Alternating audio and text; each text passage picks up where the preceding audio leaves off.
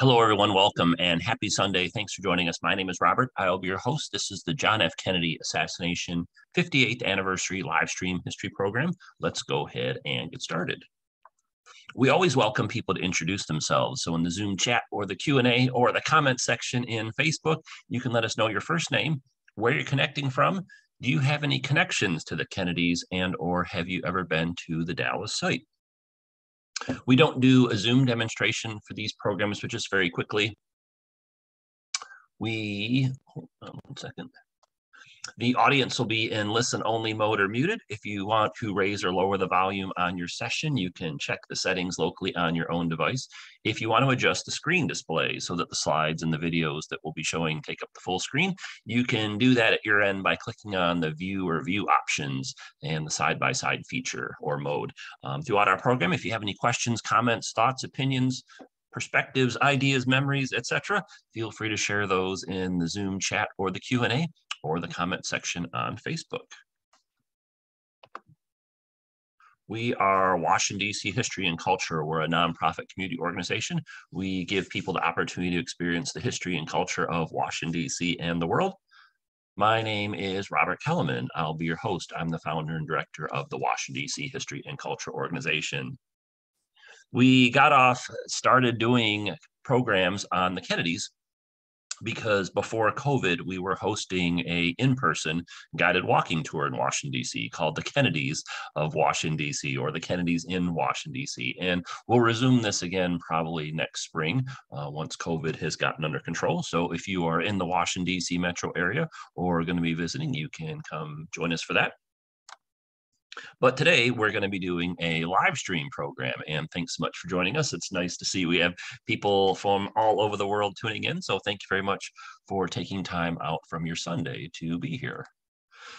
So our program tonight is divided up into two parts. The first section is we're going to talk about the historical context of John F. Kennedy and Jacqueline Kennedy, their administration. We're going to talk about their trip to Texas. They visited several other sites besides just Dallas. We'll, of course, discuss the assassination and then the aftermath, the things that took place after the death of President Kennedy.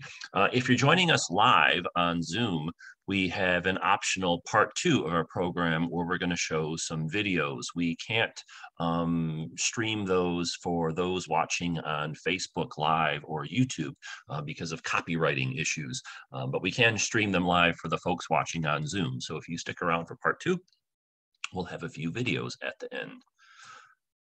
This program is being recorded for our YouTube channel, so if you have to drop off at some point in time, you can pick it up later on Washington, D.C. History and Culture's YouTube channel, or if you want to watch it again or know anybody else that can be interested, it'll be out there later tonight or tomorrow. So a really amazing series of events that leads to and culminates in the tragic death of President John F. Kennedy. And because it's the 58th anniversary, let's talk about some of those events. First, a historical context. The 1960s was a time of great turmoil in the United States. We lost 4 significant leaders in a very short time frame. John F. Kennedy was killed in November 1963. Malcolm X a year and a half later in February of 1965, and then approximately 3 years later, Martin Luther King Jr. in April of 1968, and Robert Kennedy in June of 1968. So a really devastating time in American history to lose these 4 key leaders on such a short time frame, 4.5 years separating the death of these 4 gentlemen. The Kennedys are what I consider the first modern first couple, largely due to the fact that they made extensive use of media and were covered extensively by the media. Magazine covers that the Kennedys were on were commonplace, and not that other presidents and first ladies hadn't appeared on magazine covers before, but the Kennedys way more so than any of their predecessors. Here are some examples from Look, Life, and Time magazine. And the media coverage did not or was not limited to kind of mainstream or political media. You can see over here on the left, Sports Illustrated decided to put the Kennedys on the cover. Ebony Magazine ran a feature with Jacqueline Kennedy, and even foreign publications got in on the act. So here is Match of Paris featuring the Kennedys. So just really kind of an amazing series of media events taking place around the Kennedys, and also too their usage and integration with television. The 1950s and the 1960s saw the advent and kind of common usage of television in the United States, and the Kennedys just so happened to be in a position to be impacted by that. This chart I've always thought is really fascinating. It shows the American television ownership by year from 1946 to 1970. If you look at 1950, only 9% of the households in the US had television. You fast forward 10 years to 1960, and look, it's gone up to 87%. So really interesting that the television age in America coincides with the Kennedys' rise to the White House. If you think about John F. Kennedy's predecessors, Harry S. Truman and Dwight D. Eisenhower, and kind of think of those two gentlemen for a minute and kind of think, can you remember or recall seeing any kind of video footage of them or any kind of television moments for either of those two? Truman and Eisenhower, both very successful, very popular presidents, even to this day, but there's not really a lot of video type images of them. They weren't really featured on TV. And you contrast that with John F. Kennedy, who was in office much less time than both of those two gentlemen, his two predecessors, a lot of television and video moments. So let's take a look at a few examples of that and what makes the Kennedys the first modern first couple. So John F. Kennedy's presidential career was significantly impacted by the Nixon-Kennedy debates that he had in the fall of 1960. In fact, a number of historians believe that if it were not for these televised debates, that President Kennedy would not have become President Kennedy. He would have lost out to Richard Nixon because it was such a close election. So really fascinating that John F. Kennedy's presidential administration is impacted by television before he's even elected through the debates. John F. Kennedy delivered perhaps the most famous inaugural address in history in 1961, and his famous line, "Ask not what your country can do for you, ask what you can do for your country." That was, of course, a television moment. Even Jacqueline Kennedy, if you think about one of the things that she was most known for during her tenure as First Lady, it was her White House television tour that she gave in February of 1962. So another TV moment. And then, of course, the tragic events in Dallas played out in television. You've no doubt seen this film before, the Zapruder film. We'll talk about the short film a little bit later. And most Americans, or I shouldn't say most, many Americans found out about the shooting and later death of President Kennedy via television and Walter Cronkite and other media outlets. And then even the funeral of President Kennedy was broadcast over television. So this integration between print media and television media and the Kennedys really helps to kind of make them the first modern first couple in American history.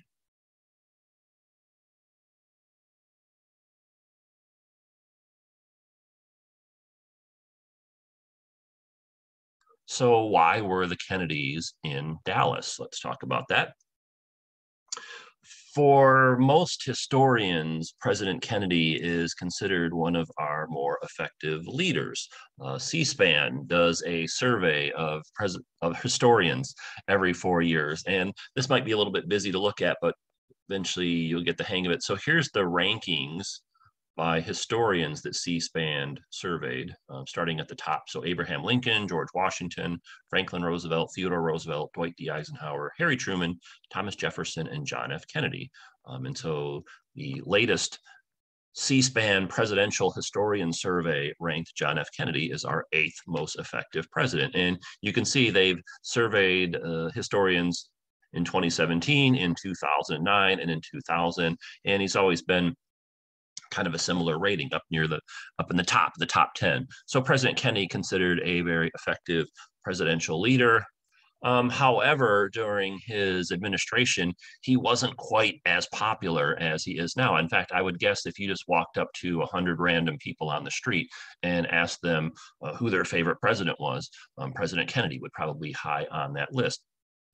Not exactly the case when he was in office. So this is the election of 1960. And how you read this map is John F. Kennedy won the blue states, Richard Nixon won the red states. It was a very close election. John F. Kennedy, if he had not won the states of Texas and Illinois, he would not have won the presidential election. It would have gone to Richard Nixon. And in those two states, Texas and Illinois, only 55,000 votes separated, a total of 55,000 votes separated Kennedy and Nixon. And so if you assume that, say, 27,500 people in those two states voted for Richard Nixon instead of John F. Kennedy, the election would have turned out differently. So a very close election in 1960. This is also interesting. This is John F. Kennedy's approval rating. And the last many years, presidents in the United States have really suffered or been challenged by having low approval ratings. You can see, though, when John F. Kennedy was first elected, his approval rating was actually very high. It's up here in the 70s and 80s. And we have not had in the United States a president that has had an approval rating that high in quite some time. But suffice to say, President Kennedy did. This was an era where people were more apt to kind of put their political beliefs aside and give the president the benefit of the doubt. Now there's so much partisan fighting, unfortunately, within our country from all sides that people really kind of, no matter what the president does, they're not going to approve that person, which is kind of unfortunate. But suffice to say, President Kennedy, for much of his administration, was pretty popular. However, as you look over here to the right, the low point of his administration was right before he died. He got down to 58%, which is considerably lower.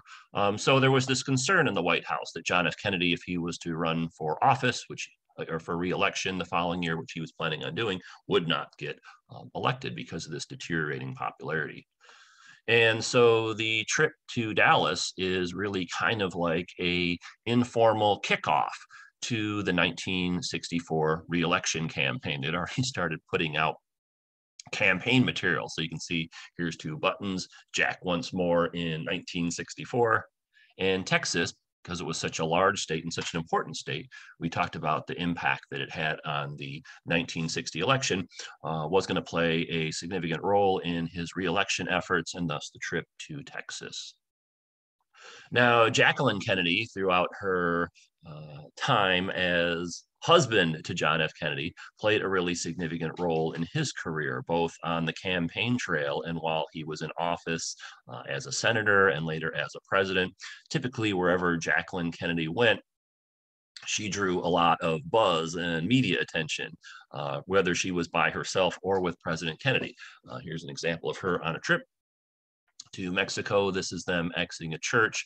And so the thought was, if John F. Kennedy is going down to Texas, it would be great if Jacqueline could come with him because she's going to draw a lot of people, a lot of media attention, a lot of press coverage, and things like that. And so they were really hoping that Jacqueline would be able to come to Texas with President Kennedy. She traveled with him frequently, but she didn't go with him all the time. And it was kind of in doubt whether or not she would go to Texas because 15 weeks prior to their trip to the Lone Star State, Jacqueline Kennedy actually had a baby that died 39 hours after he was born. Patrick Kennedy was born, but unfortunately he died on August 9th. He was only alive for 39 hours. He suffered from a respiratory ailment, which unfortunately now is curable, but back then it was not. And this event has really kind of been lost to history. There's a lot of people that don't realize or don't know that John F. Kennedy and Jacqueline Kennedy lost a son in August of 1963, just 15 weeks before the trip to Texas. And by all accounts, Jacqueline Kennedy you would probably say that she was suffering from PTSD and really withdrew from the public eye after the death of her son, Patrick. She also had a number of serious medical issues, kind of female issues related to the pregnancy and the birth of her son. The son was born prematurely, and she had a number of medical issues. So in the time between the loss of her son and the trip to Texas, she was really not out in the public eye very often. She had been very visible as First Lady, but at this point in time, she's not out in the public all that much. And so it was a little bit of a debate whether or not she was even going to come to Texas. But then, they kind of encouraged, Jackie, it'd really be great if you go down there. You are so popular and it's going to create all this buzz and media attention. So they were hoping to kind of capture some of the Jacqueline Kennedy magic, so to speak, on John F. Kennedy's trip to Texas. And so she decides to come to Texas. So it's kind of interesting that she ended up even making the trip after being out of the public eye for so long. So the Texas trip is really the unofficial kickoff to the 1964 re-election campaign, and it's also going to be Jacqueline participating just 15 weeks after her son Patrick's death. How did the Kennedys spend their last night together in Washington, D.C.? Well, they had a Christmas reception at the White House. And this is the Kennedys posing in front of the family Christmas tree that was set up in the Blue Room of the White House. So they spent their last evening together, kind of hosting friends and family and staff at the White House and having this Christmas reception on the night of Wednesday, November 20th, 1963, their last night together at the White House.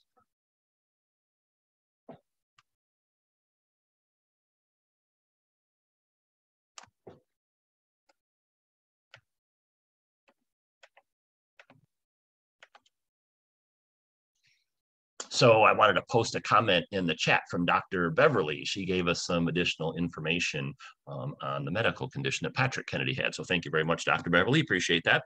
Here's a close-up of that photo.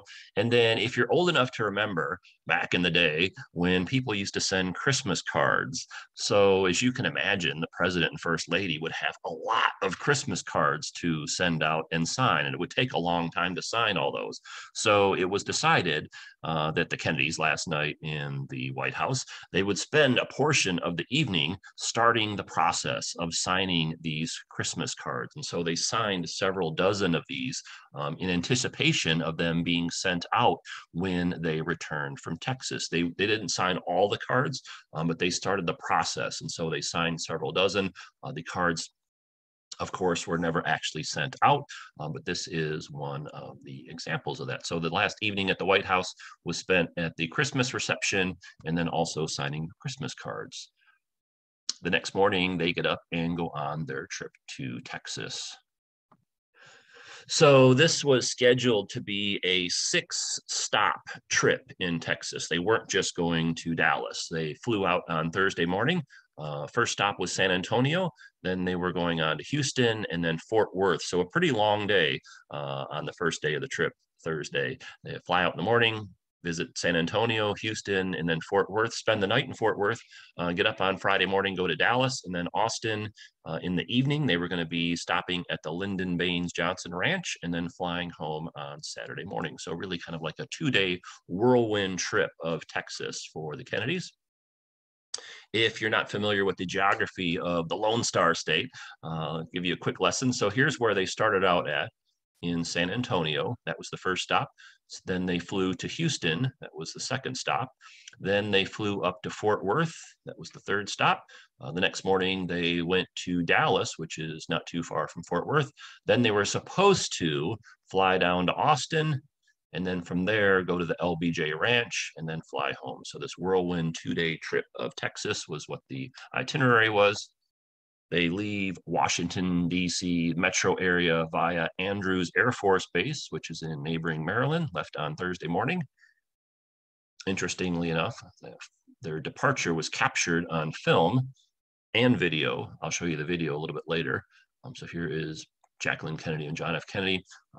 John F. Kennedy leaving Washington, D.C. for the last time. eerie photo if you know the story of what happens next. Okay, their arrival in San Antonio. It's amazing to think that President Kennedy was very unpopular in certain segments of the population of the United States. When you look at the kind of wild crowds and large crowds that came out to greet them, there's the infamous limousine waiting for their arrival. And look at all these people up here waiting to get a glimpse of the president and the first lady. And here they are descending Air Force One. So several photos of that event. John F. Kennedy, Jacqueline Kennedy, those looking very happy, radiant. This is a very famous photo of Jacqueline Kennedy. I see this in media context frequently. So if you've seen this photo, or I guess even if you haven't, now you know kind of the history behind it. It's Jacqueline and John F. Kennedy landing in San Antonio the day before the assassination.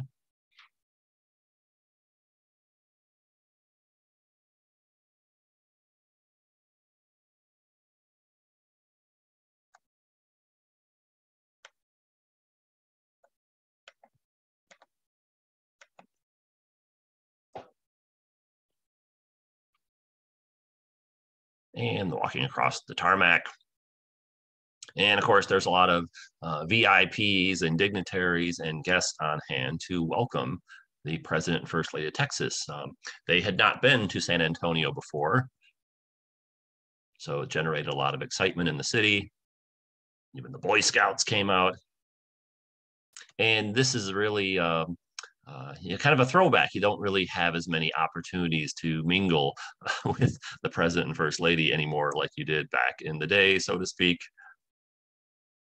Just look at Jacqueline's smile, and really kind of incredible to think back to the tragedy and the devastation that she had just 15 weeks earlier. One of the things that Jacqueline Kennedy is known for is her strength and her poise that she had after the death of her husband, which is really extraordinary in and of itself, but even more so when you consider the fact that her son had died just 15 weeks earlier.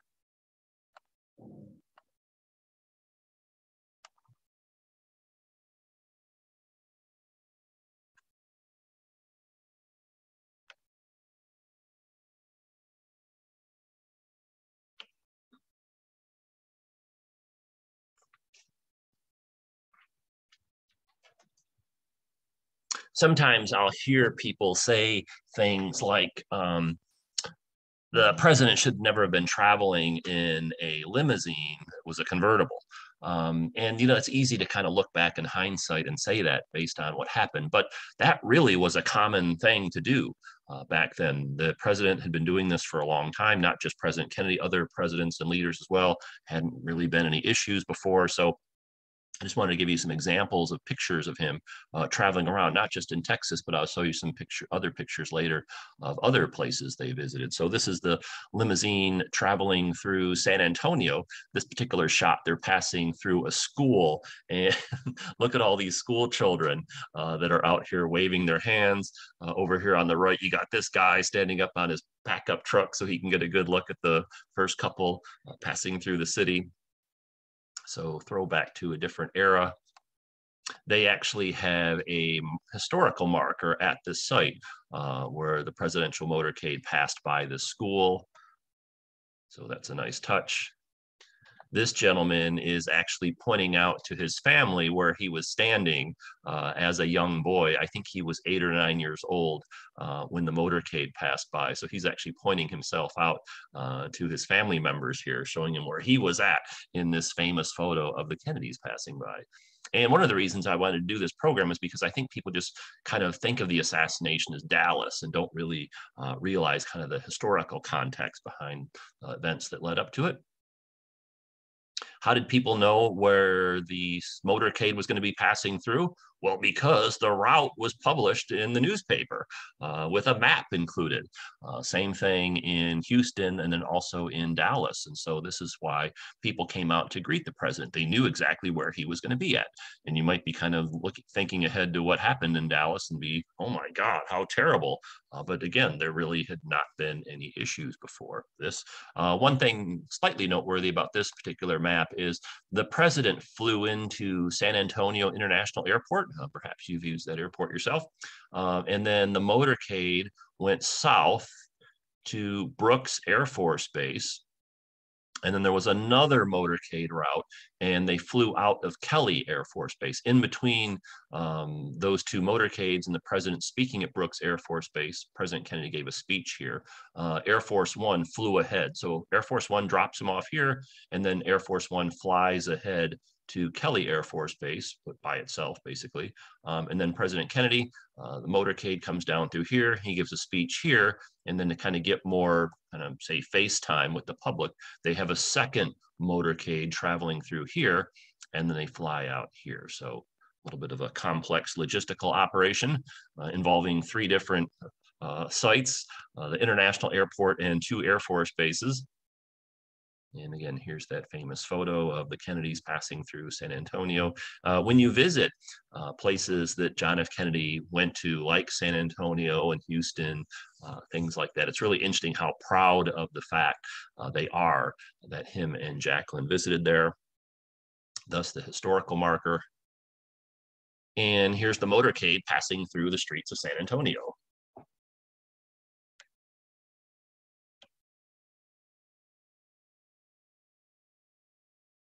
Look at all the people lined up on the sides of the road.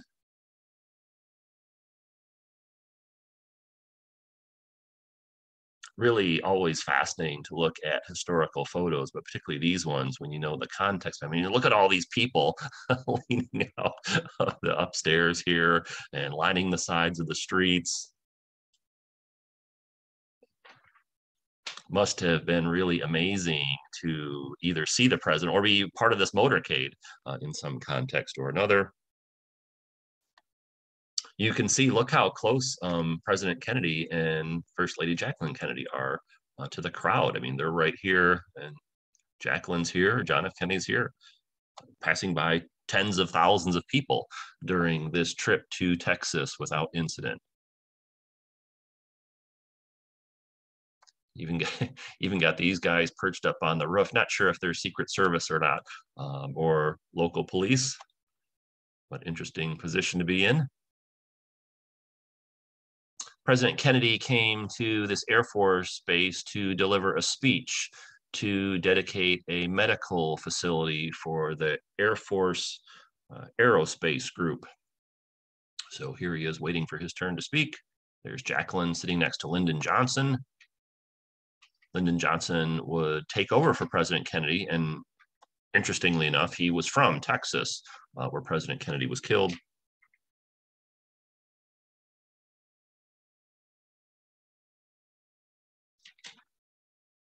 Lyndon Johnson was really excited to be hosting the Kennedys at his ranch the next day. He was really looking forward to them coming down for a visit.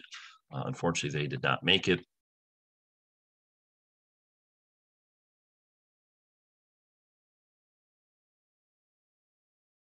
And here is his speech. So President Kennedy came to dedicate the Brooks Aerospace Medical Division, Brooks Air Force Base, Aerospace Medical Division. There's versions of his speech on different media sources like YouTube, if you want to listen to that. And then they get back in the motorcade and off to the other Air Force base where they're going to fly off to Houston. Of course, the president and first lady visiting was big news in San Antonio. Here's the cover of the newspaper, kind of showing you what took place. Thousands give JFK rousing San Antonio welcome, says the headline. Even in Dallas, they were reporting the president's visit to the other cities in anticipation of President Kennedy coming to Dallas. Interestingly enough, Richard Nixon, who lost to President Kennedy in the 1960 election, just happened to be in Dallas the day before President Kennedy's visit. Didn't have anything to do with each other, just kind of one of those strange ironies. So then later on Thursday, they're off to Houston. So they flew on Air Force One from San Antonio to Houston. That's a pretty short flight. And here they are departing. You can tell these photos are in Houston, partially just because the sun is setting. So it's getting late in the afternoon, whereas in San Antonio, they landed earlier in the afternoon. So John F. Kennedy, Jacqueline departing Air Force One, greeted by a welcoming committee.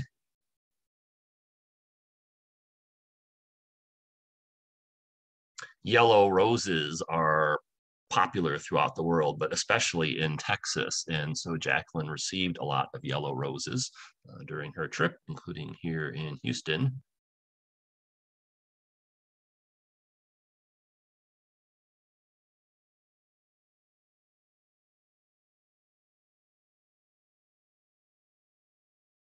And you can see the sun is starting to go down.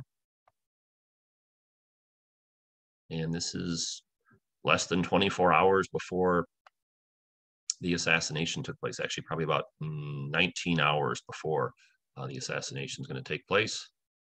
Another big group of people came out to see the president and first lady.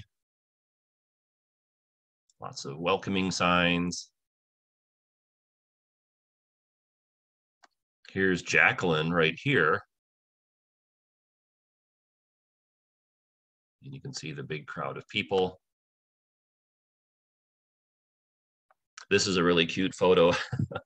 President Kennedy looks so happy, and Jacqueline looks really surprised to be seeing all these people. She looks really glowing as well. So again, really touching series of photos, especially when you consider what they had gone through the 15 weeks earlier, and also what was about to take place the next day. Really like this photo a lot. And eventually it's on their way to the motorcade. And just like in San Antonio, going to pass through the streets of Houston. They had publicized where they were going to be traveling to. Houston has a lot of bad traffic sometimes. You can see all these people stuck over on this side, people lining the side of the highway over here. So that's really interesting. I didn't do this photo work myself, but sometimes people do this neat thing where they take a historic photo and they line it up with a current scene of something. And so this gentleman took this famous photo of the motorcade passing through downtown Houston, and he lined it up with what the street scene looks like now. So you can kind of envision the motorcade passing through here.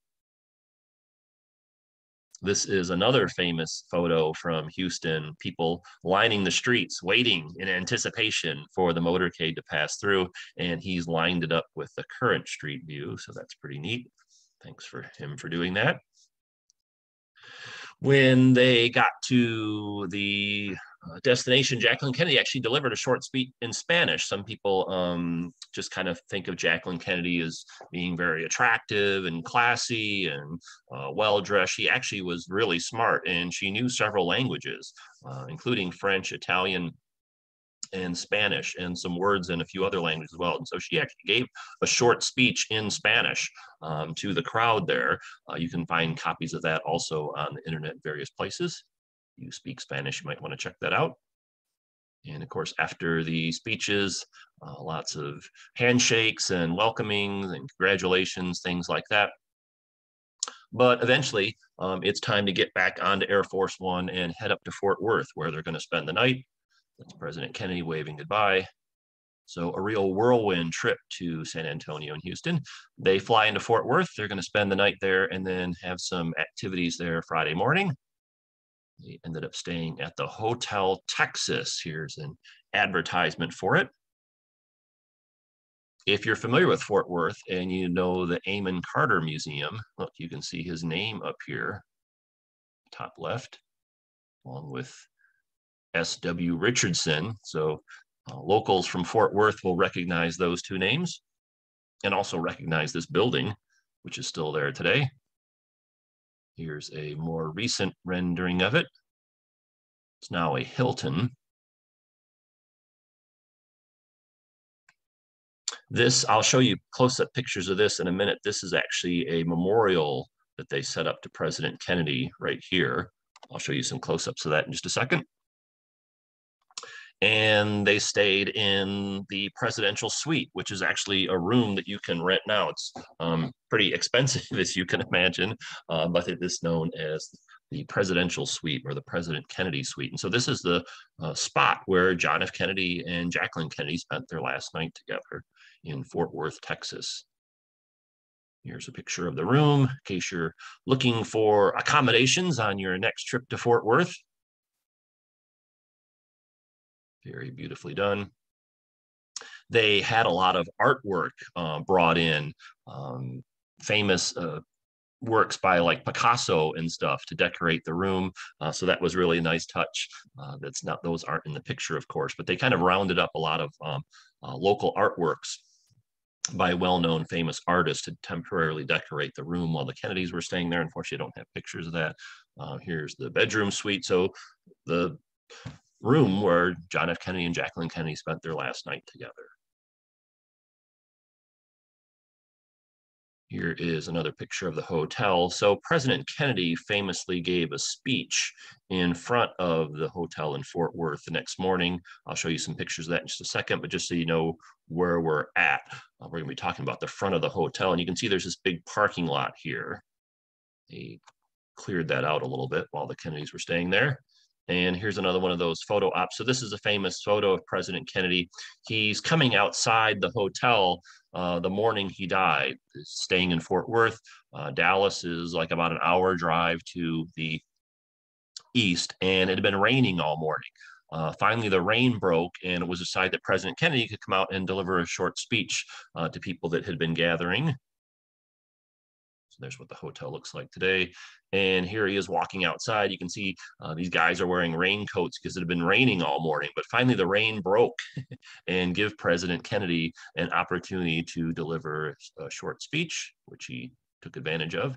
Jacqueline stayed behind in the hotel. You can see the sign here, "Welcome to Fort Worth, where the West begins." And there's a crowd of people waiting outside in anticipation of the president speaking.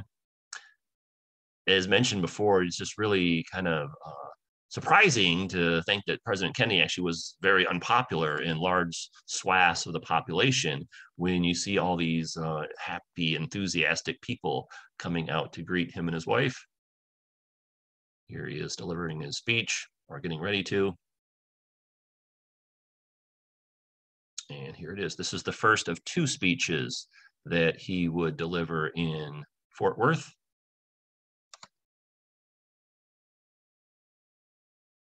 And once he started talking, a bunch of people, there were already quite a few people waiting in anticipation of him talking. But I think a lot of people really believed that the speech was going to be called off because of the rain. So when he actually started talking, the crowd really grew quickly, like, oh, okay, he actually is going to give a speech after all. And so you can see all these people in the background here in Fort Worth hearing the president speak. So interesting. Also, notice here some horses. You can still see horses in downtown Fort Worth even today. And then look at all these people. So they estimate about 3,000 people showed up to hear President Kennedy's speech. And just look at that mass of people trying to get in and get close to him and shake his hand. So as mentioned before, just really wanted you to see some of these pictures so you kind of get a sense of the trip and what was going on. And again, it's kind of easy to Monday morning quarterback and say, well, you know, he should have never been in the convertible and it was dangerous. And you just really don't get a sense of that when you're looking at all these other pictures. There hadn't been any incidents prior to that. So there was not really a large cause for concern. And I think back also to, in my opinion, 1963, people were just more, I don't know, good-hearted and not as, not as maybe cynical as they are now. More trustworthy. That's the word I'm thinking. People, in my opinion, in 1963 were more trustworthy of each other than they are now, in my opinion. So this is the memorial they set up to President Kennedy. They actually have his speech printed over here. Here's a nice statue. And then this is the front of the hotel right here. So this is actually where he was standing when he delivered the speech. Here's the plaza again.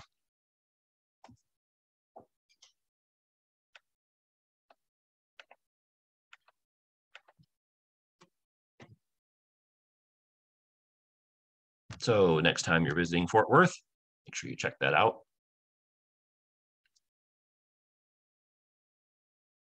This is just some information on the speech. I pretty much have talked about most of the stuff there. But nice, again, these cities are really proud of the fact that President Kennedy visited there. Now, later that morning, in the main ballroom of the hotel, President Kennedy delivered a speech to the Fort Worth Chamber of Commerce. So the Fort Worth Chamber of Commerce, this was not a separate building he went to. They were having their event, this President Kennedy's speech, in the hotel. So just President Kennedy went back inside after his speech, got kind of freshened up, came down a little bit later. Jacqueline Kennedy had not left the hotel at this point in time. She basically didn't go to the first speech that President Kennedy gave outside, but she did come downstairs, and now she's sitting in the hotel ballroom of the Hotel Texas, listening to her husband's speech, and that's her here. Oops, went too fast. This is the last few sentences of the last speech that President Kennedy ever gave here in Fort Worth to the Chamber of Commerce. He said, quote, "I'm confident as I look to the future that our chances for security, our chances for peace are better than they have been in the past. And the reason is because we are stronger. And with that strength is a determination to not only maintain the peace, but also the vital interest of the United States. To that great cause, Texas and the United States are committed. Thank you." And that was the last speech that John F. Kennedy ever delivered at the Hotel Texas in Fort Worth, Texas, the day he died. Picture of Jacqueline sitting in between Lyndon Johnson. See Lady Bird Johnson over here to the left. And here's President Kennedy. And so here's Jacqueline appearing outside the hotel for the first time. So this is the first time people would have seen her this day as she exits the hotel in her iconic pink Chanel suit, which we'll talk more about a little bit later. This is that same entrance that he left from before. And they get in the motorcade and off they go through the streets of Fort Worth. And wow, look at all those people that are out to see the president and the first lady passing through the streets. If anyone had any sinister intentions, they could have easily done something at one of these other previous stops. So they get on the plane. So even though Dallas and Fort Worth are only about an hour apart from one another, they decided to take Air Force One to kind of cut through traffic and get there a little quicker. So you can probably get from Fort Worth to Dallas, I don't know, like an hour less if there's no traffic. They decided it would just be a little bit quicker if they took the jet. And then also too, they're flying from Dallas on to Austin. So they need the plane there anyway. So the plane's already going to be flying, or is going to have to fly from Fort Worth to Dallas. Otherwise, once they're done in Dallas, they're going to turn around and drive back to Fort Worth. So it's decided, instead of doing a motorcade from Fort Worth to Dallas, they're just going to fly the plane there. So that's what they end up doing. John F. Kennedy waving goodbye to the folks of Fort Worth. And then the next stop is Dallas, where the tragic events take place.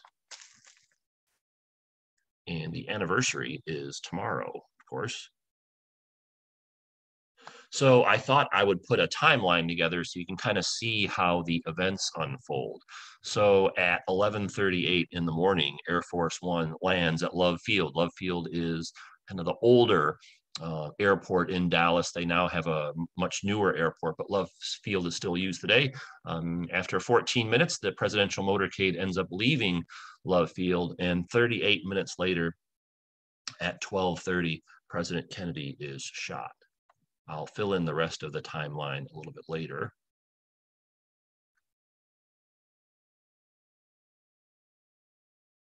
Oh, here's some great information. So let me post these in the chat.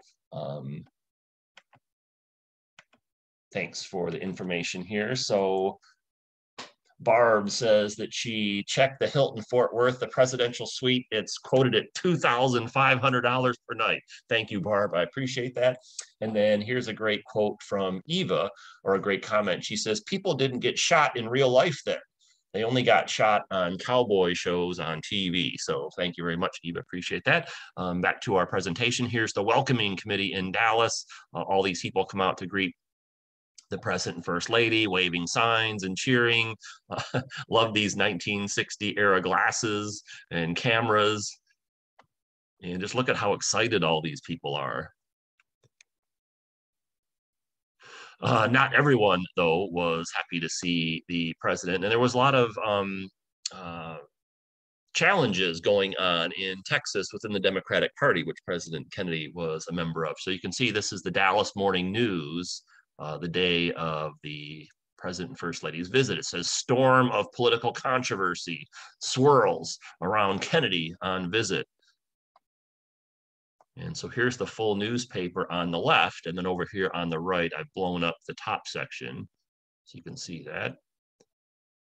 Split state party continues feud. So one of the things that John F. Kennedy was going down there to do is kind of hopefully kind of mend some fences and kind of patch things up. You can see this is the picture of them when they arrived in San Antonio. And then it says, Love Field braces for thousands. So really interesting. It's always fascinating to look at these old newspapers to see how they were covering these events in real time as they were unfolding. And then, as mentioned earlier, how did Lee Harvey Oswald and other people know where the president was going to be? Well, because they publicized the route. So this wasn't the only time it had appeared in the newspaper. It was actually in the day before as well. But this is the day of John F. Kennedy's visit to Texas. Here's the actual route he's going to be taking. So Love Field, going to travel here. It's not the shortest path from point A to point B. They're going to end up at the Trade Mart. Was their destination. What's this map is showing, I should have blown this up maybe a little bit more, but they're going to swing through downtown. So they're going to leave Love Field. The motorcade is going to travel through here, see a lot of people, swing through downtown, hopefully a lot of crowds there, and then they're going to end up at the Trade Mart where John F. Kennedy is going to deliver a speech. Then they'll continue on to Love Field, jump on Air Force One, and go down to Austin. That was the plan. Not everyone, as you can imagine, was happy to see John F. Kennedy. Here's an interesting photo. The gentleman on the left has a sign that says, Yankee, go home and take your equals with you. And then the other sign says 1964, Goldwater and Freedom. Over on the right was a copy of a handbill that people were passing out saying President Kennedy wanted for treason. Even today, people, regardless of who's in president, there's always some opposition group that says the president's committing treason and stuff like that, unfortunately. And here they are, Jacqueline and John F. Kennedy departing Air Force One at Love Field in Dallas. Jacqueline with her pink Chanel suit.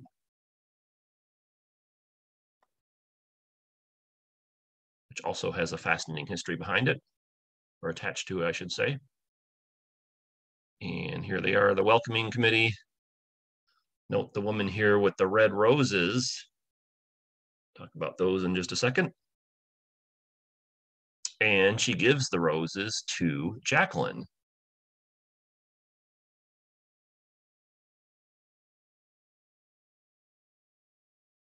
And here's what she had to say. So this is a quote from Jacqueline Kennedy in an interview she gave after the assassination. She says, every time we got off the plane that day, 3 times, she actually means the trip.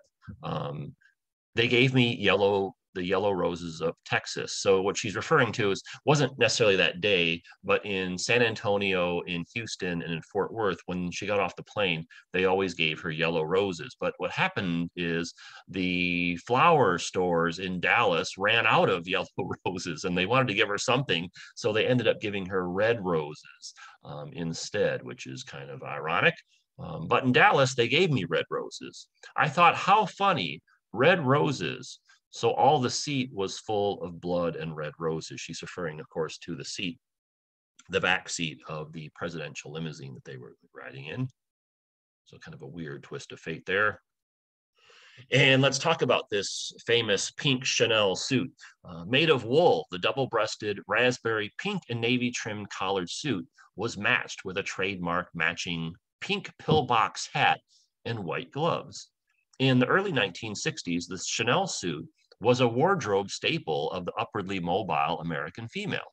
It evoked a powerful image of a sophisticated, intelligent, and independent modern woman and could fit almost every daytime occasion that required a woman to dress stylishly.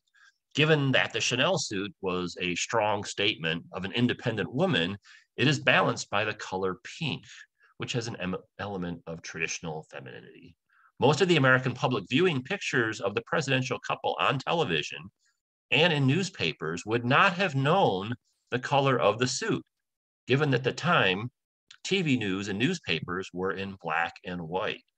The color of the suit did not become widely known until the publication of color photos in Life magazine's JFK Memorial issue, November 29, 1963, 7 days afterwards.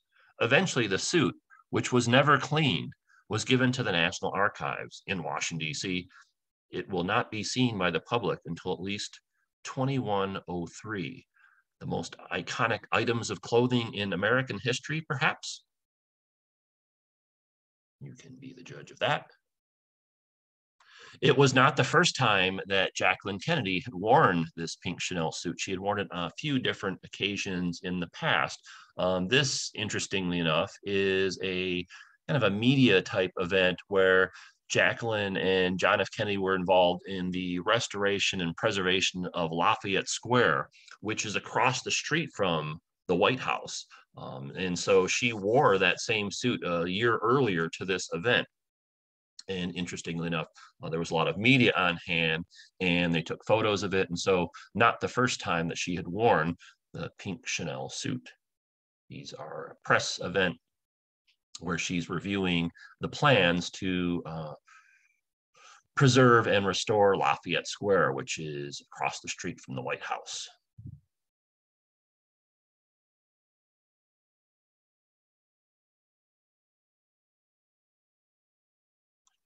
Here is an advertisement from Chanel.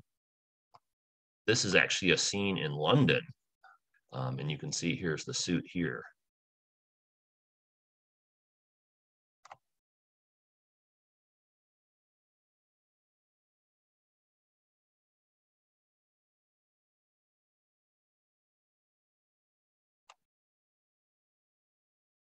So kind of eerie to be looking at these photos, knowing what's about to take place in the future. As mentioned, John F. Kennedy, Jacqueline Kennedy is looking very happy and radiant, walking through the crowd of people here.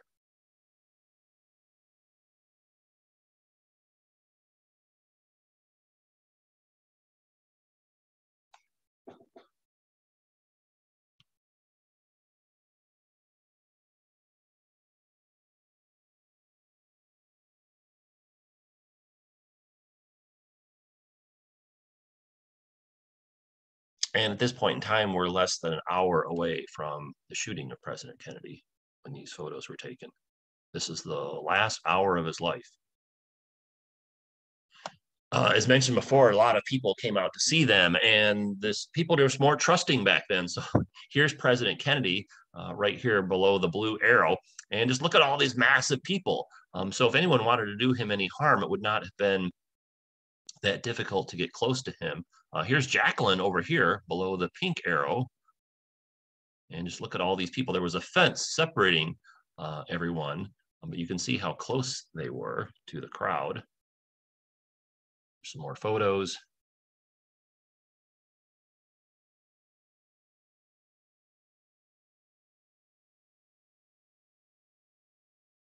All these hands reaching out, hoping to touch President Kennedy or Jacqueline Kennedy, get a handshake.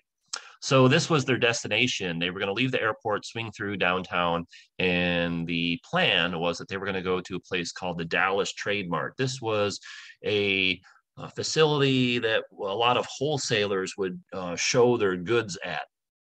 And so companies and whatnot would come here and kind of look through the different goods that were for sale. So the Dallas Trade Mart, really important kind of wholesale part of the economy. And this is where President Kennedy is going to give his speech.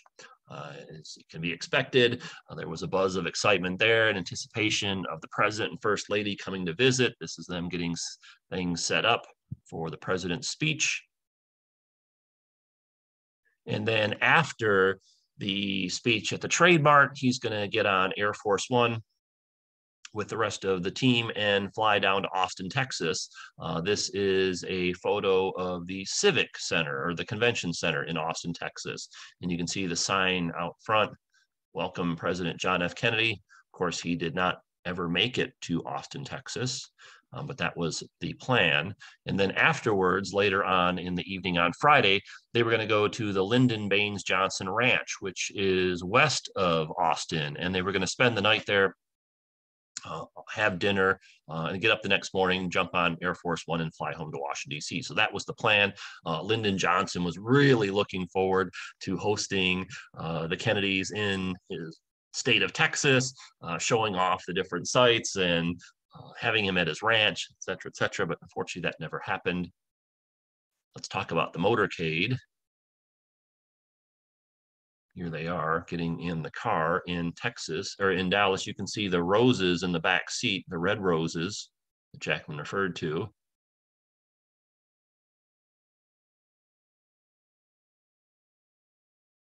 This is a photo of the car. So they could use 3 different configurations for it. If they wanted to, they could put a hard top on it.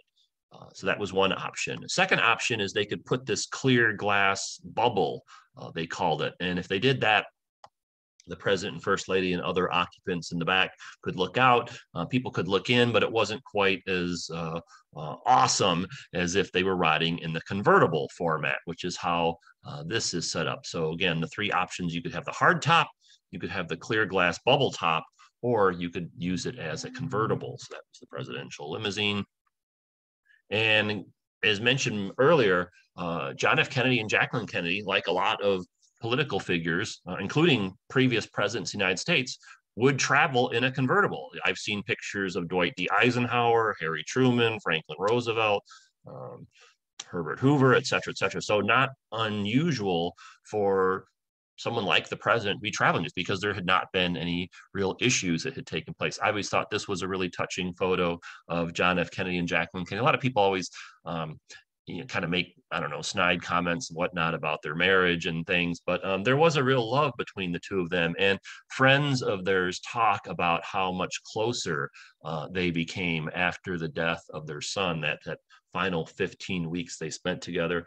This is a really touching photo. He's pushing her hair off to the side. So I always really like that photo a lot. Here they are when he was a senator traveling in a convertible. It's part of a parade. This is before he's president. This is when he's running for president. You can see them in a convertible again. So not uncommon to see John F. Kennedy riding in a convertible like he was doing the day he was killed in Dallas. Here is another event. This is actually the car inside of a stadium, and you can just see all these masses of people. So because the Kennedys were so attractive, having them in a convertible was really a great idea, because they had to show off their appeal, so to speak. But really a convertible, good idea for anybody at that point in time, just to kind of have a great way to connect with the masses of people. Here they are in a parade.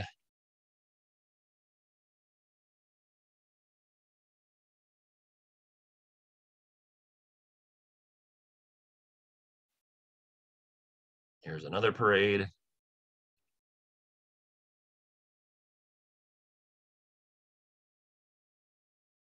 This photo is about a month before President Kennedy was killed. This is actually taken in downtown Washington, D.C. If you're a Washingtonian, you might recognize the street scene here. So this is President Kennedy traveling through the streets of Washington, D.C. And look, in this one, he's even standing up in the car as it's on its way from Union Station to the White House. So this is just a few weeks before the events in Dallas. And even overseas, the Kennedys would sometimes travel in convertibles. This is a trip that Jacqueline took to India with her sister. President Kennedy did not go to India with Jacqueline and her sister Lee, but the two of them went. And look, in this particular scene, she's traveling through the streets of India in a convertible. And so I think some people might think, oh, if there was something bad that was going to happen, it wouldn't be in the US, it would be in some other country. Well, that's actually not what took place. Here they are traveling in a convertible through Mexico. Again, big group of people. Nothing ever happened. And here they are in Ireland. John F. Kennedy was Irish, and so he went back to Ireland. And just look at all these masses of people. And there were never any issues until they got to Dallas. And here they are traveling through the streets of the city. Look at the car here, and then look at all these people just on either side. I think now people would be horrified. Oh my God, look at all these people just kind of out in the street. And the policemen are trying to do their best to kind of keep people at bay. But I mean, look at all these people here. That the car is right here. Here's John F. Kennedy, and here's Jacqueline. And this is just moments before he would end up getting shot. Here they are traveling through downtown.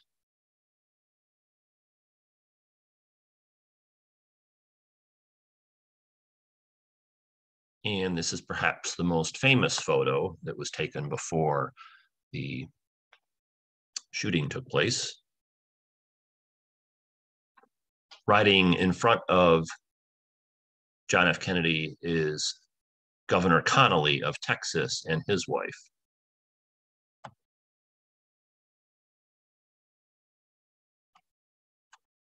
I liked this diagram that was created to kind of show the events that took place. So I'm guessing that if not 100%, 99% of the people watching tonight have seen the famous video that was taken of President Kennedy being shot. But to give you kind of a little bit larger context of what took place. So the car traveled down here, the motorcade, down this street, and it made a left turn and passed through here. And then this is where President Kennedy was shot. He was shot from the Texas School Book Depository. Lee Harvey Oswald was up here. I'll show you some additional photos of that in just a minute. 3 shots were fired. 2 of them struck the President Kennedy. You can see here 3 bullets are fired. 2 strike the president, 1 in the upper back, exiting via his throat. The second is the fatal shot to the head. The film was actually shot from right here. This is the famous grassy knoll that conspiracy theorists like to focus on. I'm not a conspiracy theorist myself, just as a FYI. Here is a picture of the school book depository. This is the window that Lee Harvey Oswald shot from. And here's the arrows kind of showing the path of the car. So the car came down this way, down Houston Street, made a left turn here. And as I showed you with the other photos, there were better places to do this from. He probably was thinking this would be a place that he could shoot the president and perhaps get away. But he could have gotten a lot closer to President Kennedy had he wanted to. This is the motorcade route from the view that Oswald had. So the car, the motorcade came down this way, made a right turn here, follows this yellow path, makes a left turn here. Of course, the streets are blocked off, so they can make a left turn without problem. And as he's passing through here, this tree wasn't as tall back then. He aims and then starts shooting. And this is where the fatal shot took place right here. There's the view in more recent times. This is a view from the same area, but from a different vantage point. So the motorcade, the cars, come down this way, make a right turn, pass through here, and then they make a left turn here, and then here's where Oswald starts shooting. So he could have shot while the president was coming this way. I believe he waited, though, because he was probably afraid if he missed, they could just speed ahead and be out of sight. This way, he's kind of able to maximize the number of times he's able to shoot at the president, and he gets off 3 shots. This is a site that you can visit today. There's another view of the building.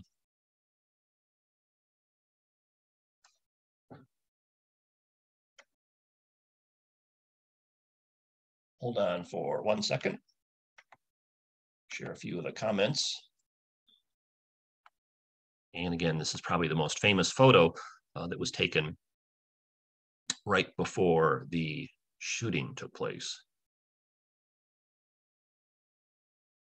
These are other photos. The Zapruder film was not the only coverage, either video or photography, of the events leading up to the shooting. So these next few photos are right before the shots rang out.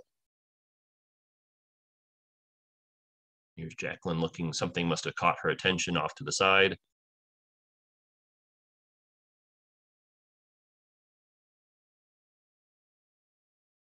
This is the grassy knoll up here, if you've heard that term before.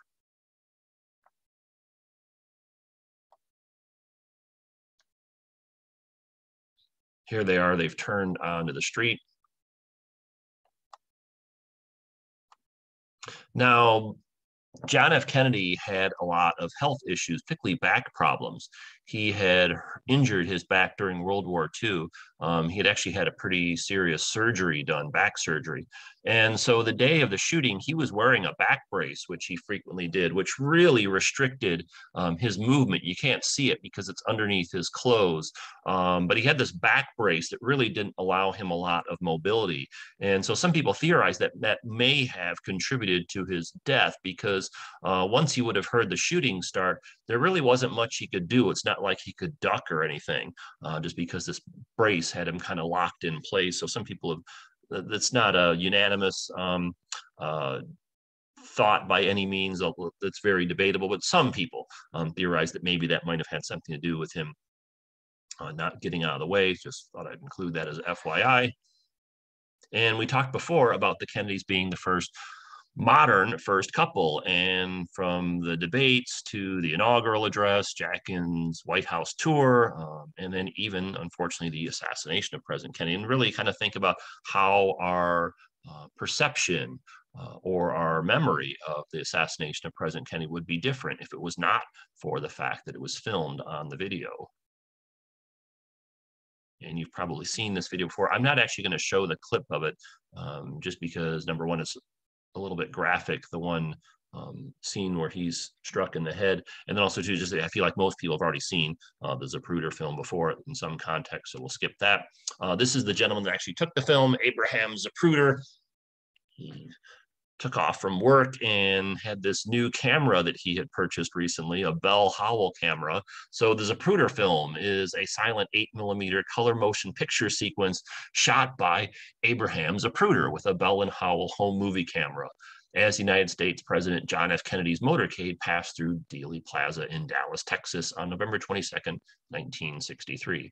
Unexpectedly, it ended up capturing the president's assassination. Even though it is not the only film of the shooting, the Zapruder film is considered to be the most complete one, giving a relatively clear view from a somewhat elevated position on the side from which the president's fatal head wound is visible. It was an important part of the Warren Commission hearings and all subsequent investigations of the assassination, and it is one of the most studied pieces of film in history. Here is an advertisement for it.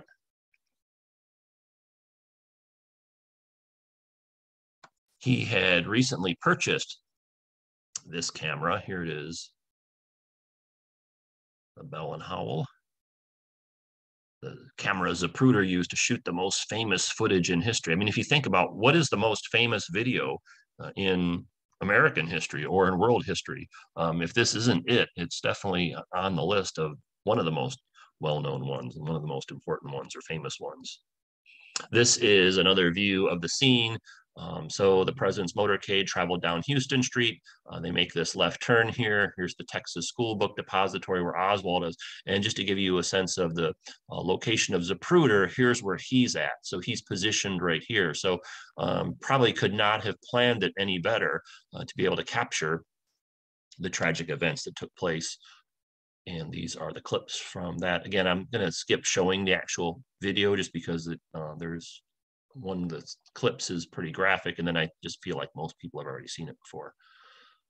But you've probably seen this film. I'm guessing if I surveyed all the people that are watching tonight, 99% or maybe even 100% would have seen this before, or at least seen clips of it, or be aware of it, just because it's so well known. These are some pictures taken in the immediate aftermath.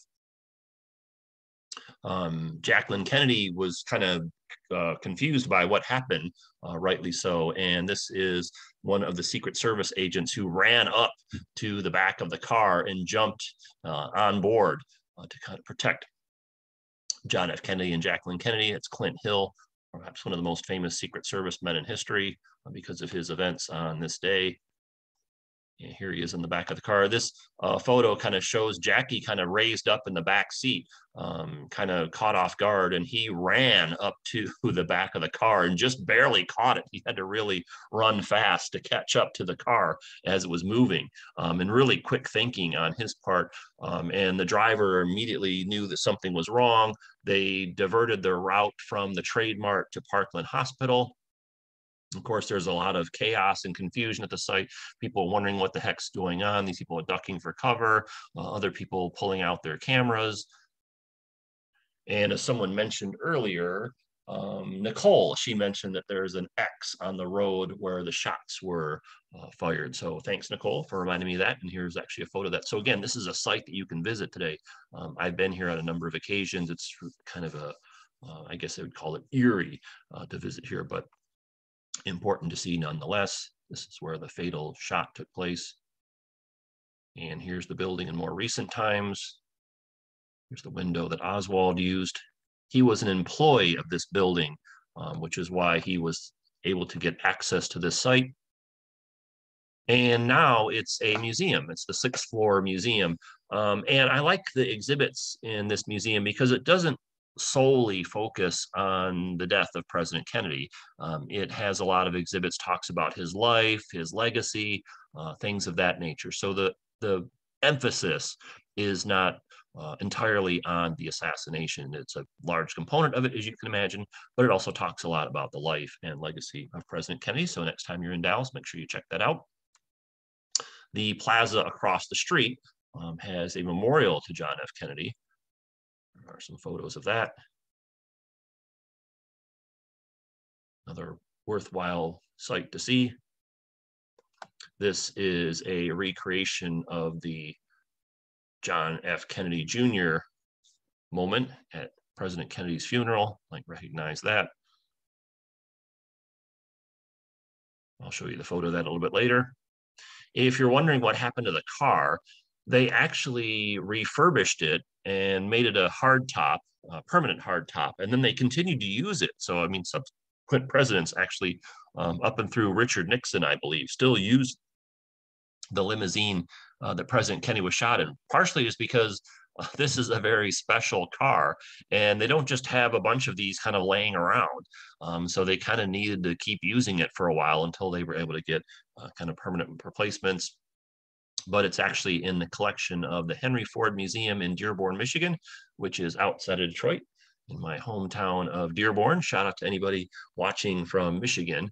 So you can't sit in the car or anything like that, but you can go see it. Ironically enough, in addition to the car that President Kennedy was riding in when he was shot and killed, they also have the chair that President Abraham Lincoln was sitting in when he was shot, in addition to many other interesting and noteworthy historical artifacts. So that's the Henry Ford Museum in Dearborn, Michigan, which is a suburb of Detroit. Great place to visit.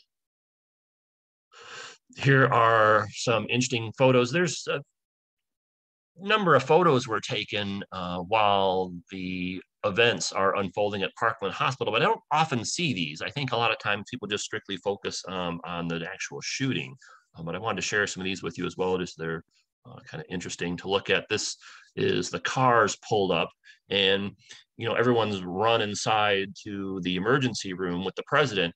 And these people out here kind of know what's going on. The president's been shot, and to look at the horrified look on their faces.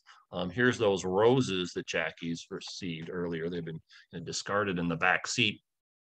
So just really kind of striking photo. Eventually, the police and other authorities arrived to kind of seal off the area. They have to think back at this point in time. No one really knew what was going on. Is this a coup taking place? Is this some foreign government trying to topple the government of the United States? Is just some crazy guy? At this point in time, no one really knows. So they're trying to secure the area. You can see they've moved the car up closer. And people kind of milling about, wondering what's going on. And so at this point in time, people know that President Kennedy has been brought to the hospital. They don't know his condition or the extent of his injuries. News traveled much slower back then than it does now. And of course, just all kinds of chaos and confusion taking place, people trying to get information, find out what's going on, people realizing or hearing that this is a very dire situation, the injuries that the president's received. But at this point in time, no real word on what's taking place other than the president's been shot.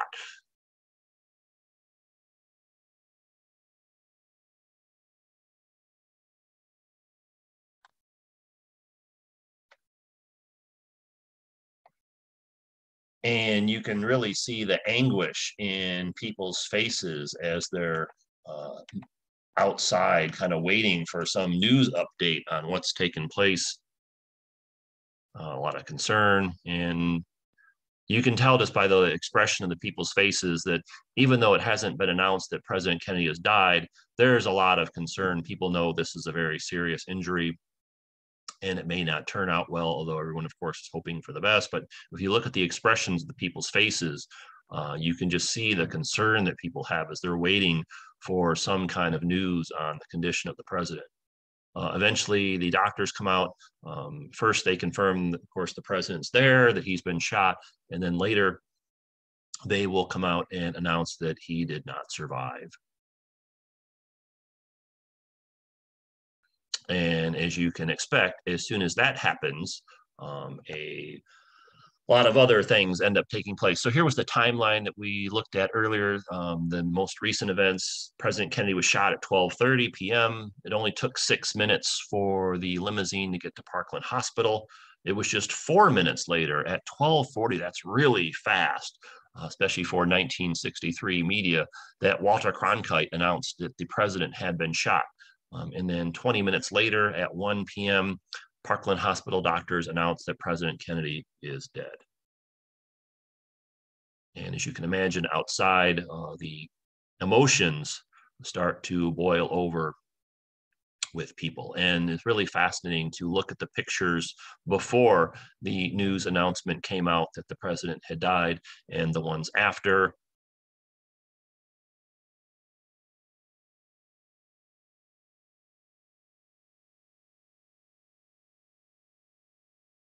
A huge amount of shock. And of course, the news media is trying to get as much information as they can and relay it back to different groups across the US. This is an interesting photo. This is Robert Kennedy. He just happened to be at home when his brother was shot, and someone snapped this photo. This is him comforting two of his children. So he's just been told that his brother was shot. Robert Kennedy did not make the trip to Texas. He was at home when the events actually took place. And so this photo of him, he's comforting two of his children as they've just heard that President Kennedy has been shot. This is Lyndon Johnson leaving the hospital. As mentioned, they don't know at this point in time what's going on. Is this a coup? Is this some foreign government trying to topple the U.S. government? Is this just some crazy guy? Is it a group of individuals, a conspiracy? Who knows? But they decide they want to get Lyndon Johnson out of there into Air Force One and out of harm's way. Walter Cronkite famously comes on the news and gives an update on the situation. I'll show you a video clip of that a little bit later if you're watching the live program with us.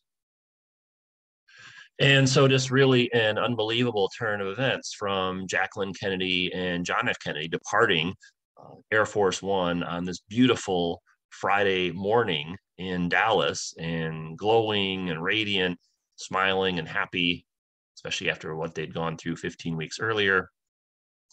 And fast forward, and now this is President Kennedy's body being put onto Air Force One in a casket. There was a big debate as to what was going to happen with President Kennedy. The local authorities in Dallas wanted to keep him there because they, by protocol, were not allowed to release a body unless a medical examiner had signed off on that taking place.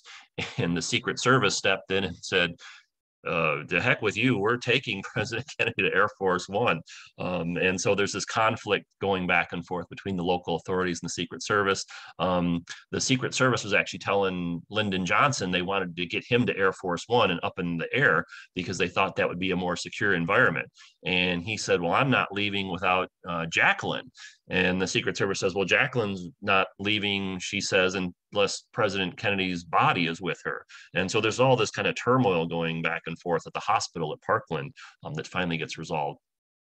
And the Secret Service kind of basically strong arms the local law enforcement into taking President Kennedy's body with them. Once they put it in the casket, boards Air Force One. This is a really sad photo. If you recall back to Jacqueline departing Air Force One in Dallas with her husband, and now she's having to board all by herself. There is not even anyone around her. If you look closely enough, depending on the size of your screen, you can see the blood soaked on her suit. So just a really a tragic photo. So let's talk about the aftermath of the death of President Kennedy. This was the events that took place. Again, I tried to, if you want to take a picture of this with your phone or a screenshot, this is the events and how they unfolded. So at 1 p.m., Parkland Hospital doctors announced President Kennedy is dead. 26 minutes later, Lyndon Johnson departed Parkland Hospital from the Love Field in Dallas. It was at 1:50 p.m. These are all local times that we're going through now. Lee Harvey Oswald was captured, so he was pretty quickly apprehended. At 2:08 p.m., President Kennedy's body and Mrs. Kennedy depart Parkland Hospital. And then at 2:38 p.m. local time, Lyndon Johnson was sworn in as president aboard Air Force One. Air Force One was on the ground at Love Field in Dallas. It hadn't actually departed yet. It was only 2 hours and 8 minutes, though, after President Kennedy had been shot, and only 68 minutes after he had been pronounced dead. So they moved very quickly. At 2:47 p.m., Air Force One departs Love Field. And at 5:58 p.m., it touched down at Andrews Air Force Base, the same base that the Kennedys departed from the day and a half earlier, and it landed at 5:58 Eastern Standard Time. Give you a time frame of events. This is Lyndon Johnson being sworn in as president inside of Air Force One. And as mentioned, this is just 2 hours and 8 minutes, 128 minutes after President Kennedy was shot. And you just think of Jacqueline there on the right, already kind of showing her strength and composure. I mean, imagine how incredible that would have been for her to be alongside her husband while he was murdered. And 128 minutes later, she's in Air Force One, standing next to Lyndon Johnson as he's sworn in as president. So just really incredible photo taken of the events. This is Lady Bird Johnson over here to the president's right, and a few other observers. So at this point in time, the plane, if you've seen this photo before, it's a very famous picture. This is in Air Force One. It's on the ground at Love Field. It was decided that Lyndon Johnson should not be sworn in until he should be sworn in on the ground. And then as soon as he is sworn in, the plane took off for security reasons. Kind of maybe similar to 9/11. They got President Bush to Air Force One and got him airborne, thinking that that would be a little bit safer than on the ground, not knowing what's going on. Here's a colorized version of the photo. And after that takes place, Jackie just really broke down. This is Lyndon Johnson and Lady Bird trying to comfort her as best they can. Just the whole plane in a state of shock, Everything transpired very quickly at this point in time. Just a couple hours later, just a little over an hour after the president had been announced dead, people are probably still trying to process this. There had not been an assassination of the president since in 62 years, since 1901 with President William McKinley. And that photo again. Immediately, the president has to assume command and start issuing orders. And so here he is with his team deciding what they're going to do on various issues. This is the plane, Air Force One. This is not the day of the assassination. This is a different photo, but it's of the same era. If you want to see the Air Force One jet that was used for this series of events, it's on display at a really great museum, the National Museum of the United States Air Force in Dayton, Ohio, which is just north of Cincinnati. This is the casket of President Kennedy being removed from Air Force One.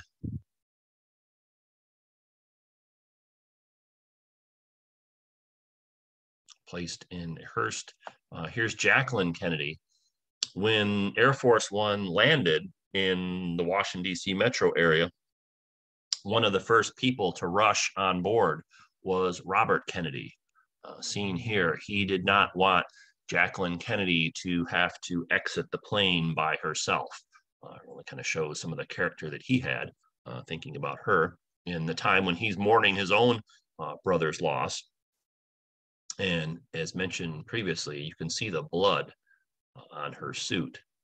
She famously said she did not want the suit to be clean. She wanted people to see what they had done to Jack, she said. And here Robert Kennedy is holding the hand of his sister-in-law, Jacqueline Kennedy. And as noteworthy as this photo is in showing Robert Kennedy thinking about Jacqueline at a time when he had just lost his best friend. John F. Kennedy was Robert Kennedy's best friend and vice versa.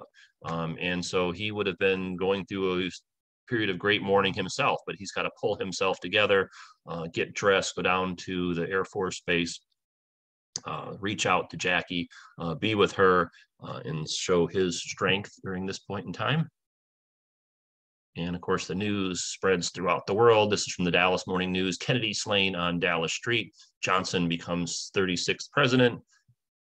John F. Kennedy was from Boston, so the Boston Globe: shock, disbelief, grief. John Fitzgerald Kennedy, born in Brookline, Massachusetts, shot and killed in Dallas, Texas, at age 46. Sniper's bullet cuts down president. Jacqueline cradles dying husband. Johnson sworn in. Here's some more headlines from the New York Times on the left and the Washington Post on the right. If you know anyone that was alive during this time, you should ask them about their experiences. I've asked my parents what they were experiencing while this was going on. It was really fascinating to hear their stories, and I've talked to other people as well. So if you know anyone that was alive during them, in fact, maybe there's someone that was alive at that point in time watching our program now. If you want to share your comments, feel free to do so. But if you get a chance, you should really ask people that you know that were alive during this time. You really get a lot of interesting responses as far as people's memories of this event.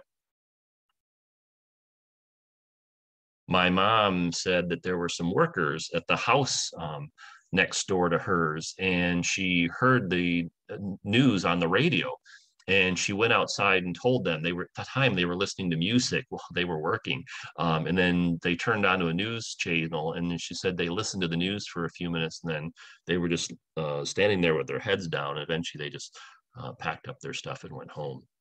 And then my dad was talking about his experience he had at work, and you hear other people talking about what they were going through at schools and stuff. So just really amazing. Richard Nixon was actually traveling, and I think a cab driver told him what happened, if I'm not mistaken. President is shot dead. Big news. This is two covers of the Saturday Evening Post magazine. This one on the left was from 1960, and then this one, 1963, was the memorial issue. One time I met a gentleman who actually worked for President Kennedy, and had an interesting discussion with him. He told me that of all the portraits he had ever seen that were done of President Kennedy, he thought that this one was the most lifelike and realistic. He said that this Norman Rockwell, if you're familiar with Norman Rockwell, very famous artist, he said the Norman Rockwell portrait, in my opinion, is the best one of President Kennedy, one that kind of captures the person that I knew and worked with. So I thought I would share that with you. Lee Harvey Oswald, the shooter, was quickly apprehended. There's a lot of conspiracy theory about the Kennedy assassination, which is fine. People are free to think whatever they want to. I'm not a conspiracy theorist type person normally, so I'll leave those out for some other outlet to talk about. But suffice to say, Lee Harvey Oswald was pretty quickly apprehended. Our program today kind of focuses more on President Kennedy and a little bit less so on Lee Harvey Oswald, but just to include some information about him, you're probably aware of this. He was actually shot and killed himself not too long after the assassination of President Kennedy by Jack Ruby. And that event actually was also captured on live television in addition to being captured by photographs.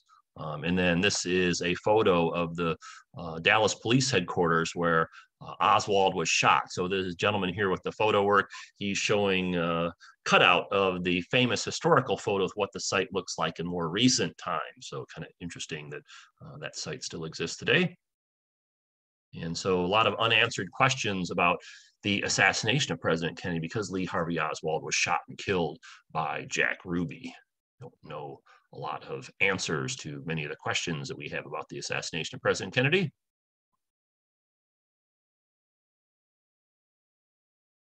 John F. Kennedy was laid in state in the U.S. Capitol. So that's a photo of that taking place.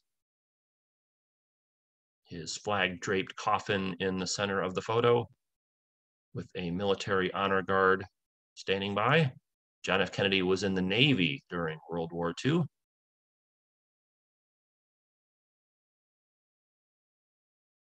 And this spot where his casket is laying in state is a very short walk from the steps of the Capitol, where he gave his famous inaugural speech, "Ask not what your country can do for you, ask what you can do for your country." Just a very short walk on the outside of the Capitol from where his body laid in state in the flag-draped coffin.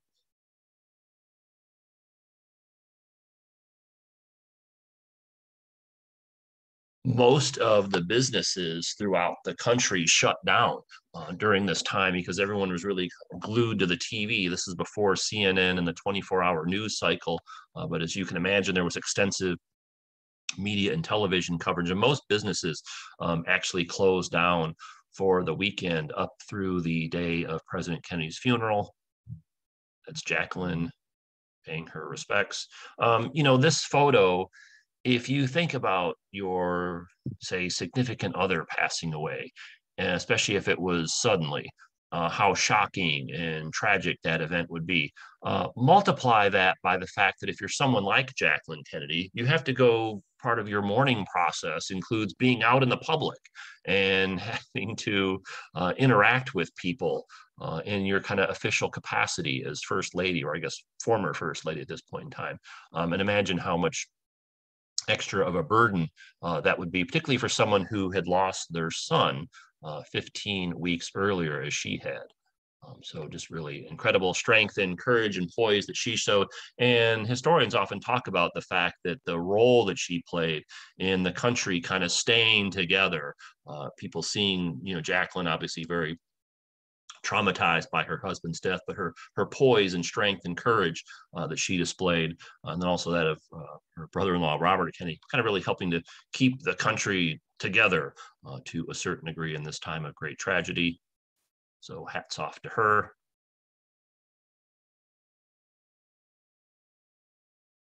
Some more pictures. So the casket with President Kennedy's body was brought back to the White House, where it laid there for a while, and then eventually it was sent to a church down the street from the White House, where they were going to have the actual funeral service. This is the horse-drawn carriage taking President Kennedy's body to the church. This is Jacqueline and Robert Kennedy and Ted Kennedy walking side by side on their way to the church, which is just a few blocks down from the White House. You may have seen this photo before. It's one of the more well-known photos of the day's events. And then there's this famous shot. So if you've seen these photos before, which is a very well-known event in President Kennedy's assassination, this took place at a church just a few blocks away from the White House. And it's a church you can still visit today. So John Jr. famously saluting his father's casket. And then this is daughter Caroline over here. So really an incredible series of events transpiring in a very short time, especially if you look at these two photos side by side and how things shifted very quickly. John F. Kennedy is buried at Arlington National Cemetery. So on November 11th, just a few days before President Kennedy went to Texas, him and Jacqueline went there on Veterans Day.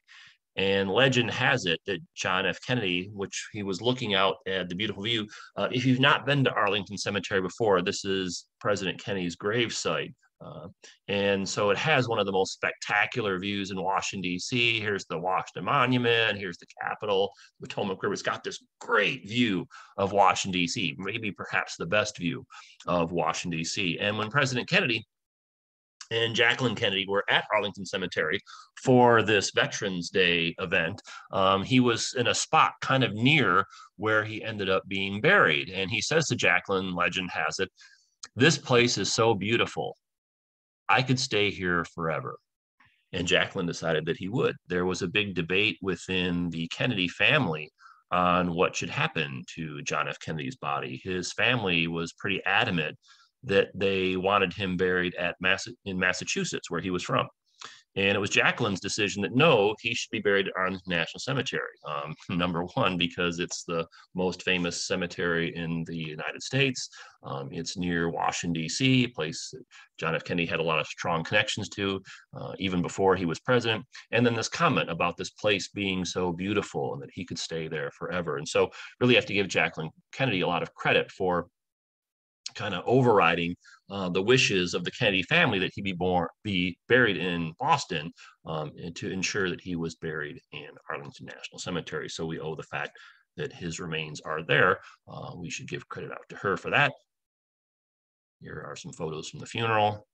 No disrespect to Boston. It would be nice if he was buried there as well, just because of his ties there. But the connection to Washington, D.C. is noteworthy. The emotion still very strong at this point in time, as you can imagine. Some scenes from the funeral. Initially, there was just this temporary kind of setup for President Kennedy and just kind of briefly put together. Subsequently, though, they put a more permanent memorial in place. John F. Kennedy's gravesite is perhaps the most well-known aspect of Arlington National Cemetery, which is quite a statement when you consider there are so many well-known people that are buried there. Here is the gravesite of President Kennedy. You'll notice this photo, there are 4 markers, 2 of them, one each for John F. Kennedy and then Jacqueline Kennedy. The 2 smaller ones represent their children. Jacqueline Kennedy had a daughter that was stillborn, Arabella, and her body is buried next to the Kennedys. And then their son Patrick was reburied here. Remember, he was the son who died 15 weeks before John F. Kennedy was killed. He's also buried here. So if you look at this spot here, or if you go visit in person, there's 4 markers, one for John F. Kennedy, one for Jacqueline Kennedy, one for their daughter Arabella, who was stillborn, and the other for their son Patrick, who died 39 hours after he was born.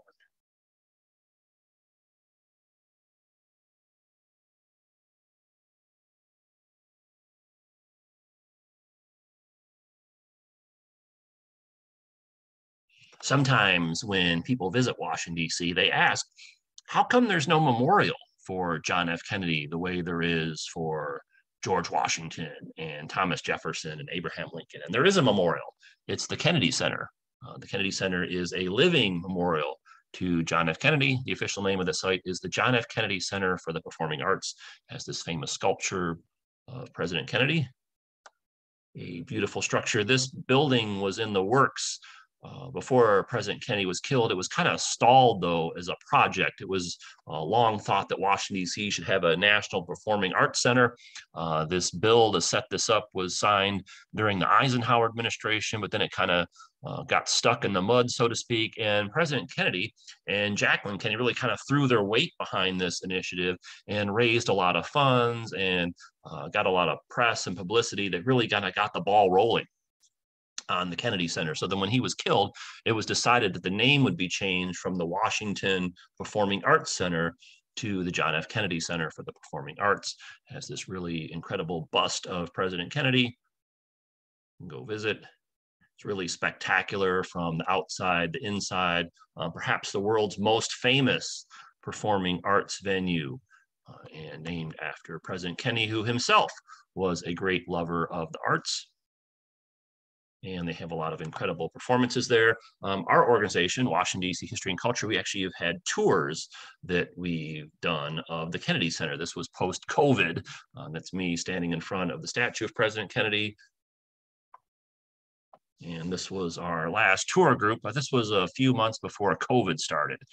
We took a tour of this site. So if you're in Washington, D.C., or you're going to be visiting, perhaps we'll see you at some point in time when COVID gets under control on our Kennedy Center tour. Really fascinating to look around and see the sites inside this great structure. So we're Washington, D.C. History and Culture. We're a nonprofit community organization and just some programs coming up. So next year, we're going to be repeating 3 programs in the Kennedys we've done in the past. So you can be on the lookout. These aren't on our calendar just yet, but they will be so at some point in time in the future. So we do a program where we get in a time machine and we go back and relive what it would be like to go to Jacqueline Bouvier and John F. Kennedy's 1953 wedding. Imagine that. So that'll be a program we'll be doing again, probably in late January it'd be in February, early February we'll be doing this. And then we also have a program that's Jacqueline Kennedy's Washington, D.C., talking about her time in the nation's capital before, during, and after the White House years. So we'll also be doing that in February. And then we also do a program, you may have heard about the Jacqueline Kennedy television tour that she did at the White House. But have you ever actually seen the tour? So we actually live stream it and talk about it. So you can join us for that. So all 3 of those programs will be in February. They're not on our calendar just yet, but they will be so sometime in the near future. As a reminder, we're Washington, D.C. History and Culture. All the programs that we do are free. In fact, 99% of the participants who attend our programs do so for free, including tonight. However, we really rely on donations from individuals to keep our programs going on and free. We don't have any type of corporate sponsorship. We don't get any government funding. All the bills for our administrative expenses that we incur by putting out all these free programs are covered by donations we receive from just regular everyday people. So if you've ever made a donation to support the work we do, thank you. Greatly appreciate that. If you wanted to make a donation to support the future programs we do, you can do so via PayPal or Venmo. And thanks for your support. Just kind of a few more things before we wrap up. We talked before about President Kennedy's ranking in terms of historians. Very highly regarded. This is just one example of that. If you were to survey people, just regular everyday people like all of us, ask them who their favorite president was, President Kennedy would be very high on the list. I've actually surveyed people on tours and things like that, asking who their favorite first lady is, and guess who wins? Hands down, Jacqueline Kennedy by a landslide. So the Kennedy's very popular. I wanted to conclude with this segment of a speech that John F. Kennedy would have delivered at the Trade Mart in Dallas. So this was a speech that he had written out with his staff, but was not able to deliver because of the death happened. And this is the very last few sentences. He says, "We in this country, in this generation, are by destiny rather than choice, the watchmen on the walls of world freedom. We ask, therefore, that we may be worthy of our power and responsibility, that we may exercise our strength with wisdom and restraint, and that we may achieve in our time and for all time the ancient vision of peace on earth, goodwill towards men. That must always be our goal, and the righteousness of our cause must always underlie our strength. For as was written long ago, except the Lord keep the city, the watchman waketh, but in vain. That was the final segment of the speech that John F. Kennedy would have delivered at the Trade Mart in Dallas 58 years ago tomorrow, November 22nd, 1963. Jacqueline Kennedy went on to live for another 31 years. She eventually evolved in a lot of different things, primarily lived in New York City for the rest of her life. She passed away in 1994, so 31 years after President Kennedy.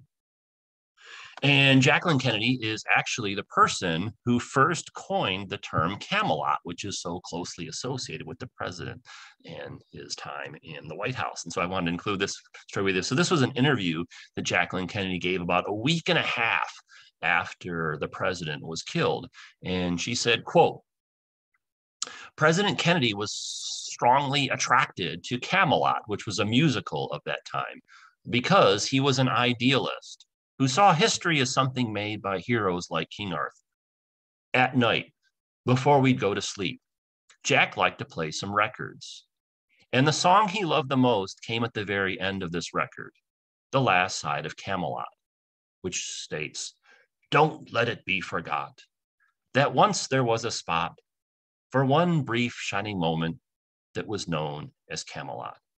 And then Jacqueline went on to say, "There'll be great presidents again, but there'll never be another Camelot." And that was the first time the Camelot term was ever used in relation to the Kennedy time in the White House.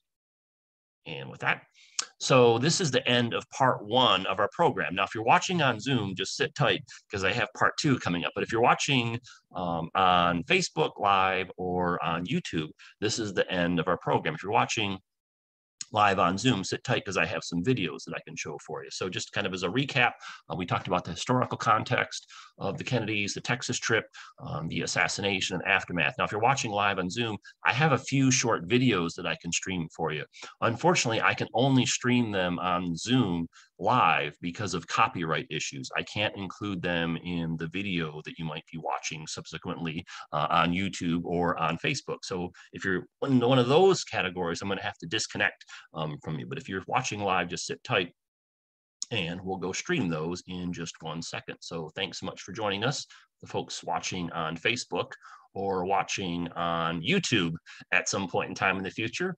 Let me